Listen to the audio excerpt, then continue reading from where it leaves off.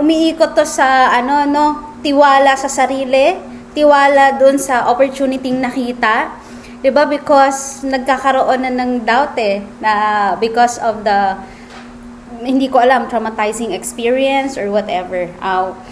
Yun. So, well, anyway, naiintindihan ko po yung nararamdaman mo kung sino ka man na nagtanong.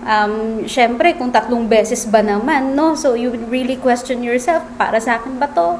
Okay ba to? Maganda ba to? But, kung 3 beses kayong sumubok at nasaktan, naiintindihan natin yan, normal yan na magiging reaction mo. So talagang matatakot ka din talaga di ba? Lalo na kung pinaghirapan natin ng pera, hindi naman natin pinulot yan. Tama?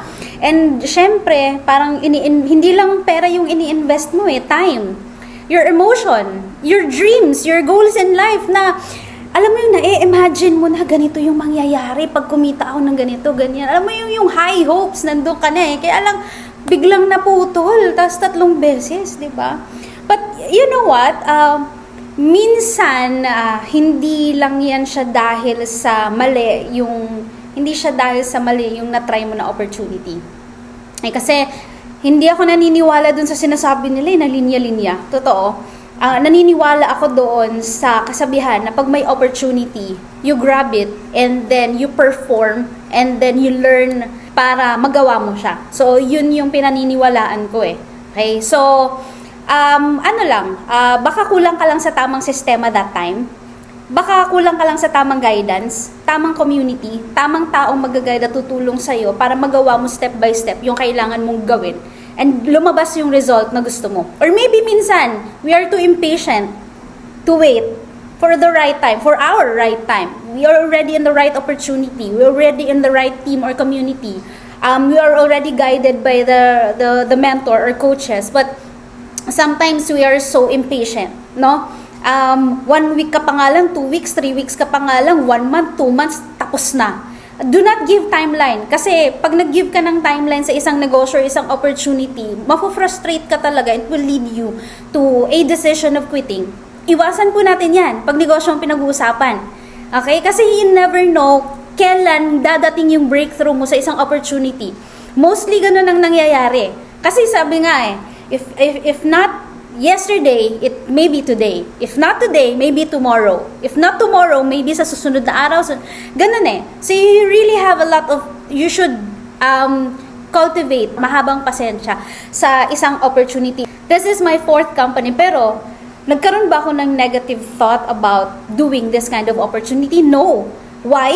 Parang relationship yan You have tried your first, nalaman mo kung ano yung pwedeng i-improve sa'yo, ano yung kailangan makita mo sa next. 'Di ba?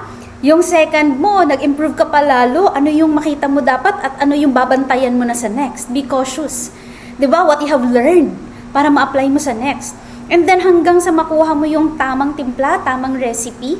'Di ba? So parang ganun siya. Para magkaroon ka ng, right? Okay. So, well anyway, napansin ko rin na sabi mo na feel mo na iba to. And iba to sa mga na-try mo before. Am I right? Parang ganun siya. And alam mo ba, na ganyan din yung mga naramdaman at nakita or naisip ng mga taong nauna sa'yo na nagkaroon na ng magandang result right now. Kasi nakita nila na hindi sila nag-iisa dito sa community natin May mga mentors at step-by-step na system na pwedeng gawin. And ang tanong na lang doon is, what if? What if this is your right time? What if this is the right community for you? What if nandito yung right system na kailangan mong matutunan? And what if dito ka mag-grow, dito ka kumita? 'Di ba? What if eto na yun? So, sa pagnenegosyo kasi hindi kasi pwede na yung attitude natin pag hindi nag-work, wala na. Kailangan alamin mo ano pa yung pwede mong gawin. Kailangan hangga't hindi mo pa nakukuha yung result mo, hindi ka pa tapos sa laban. Hangga't hindi mo pa nakuha yung gusto mo na ma-acquire na goal, hindi pa tapos ang laban. Tutuloy-tuloy mo yan. Why? Hindi ka lang naman naglabas ng pera dito The moment na inisip mo, pera lang naman yan, madaling bitawan. But when your mind and your heart collided and you tell yourself na pangarap ko to, Commitment ko to. Buhay ko at buhay ng pamilya ko, pangarap ko at pangarap nilang pinaglalaban ko dito, hook or by crook, aaralin ko, gagawin ko. It is not about how many times you fail. It is about how many times you get up, show up, and learn, and apply what you learn, and fail again, and then learn again. Hindi ko sinasabing huminto ka. Sino-fail ka. You have to know saan ka dapat matuto at ano yung kailangan i-improve mo. Yun dapat yung mindset natin. Hindi tayo yung, ay, nagsawa na ako.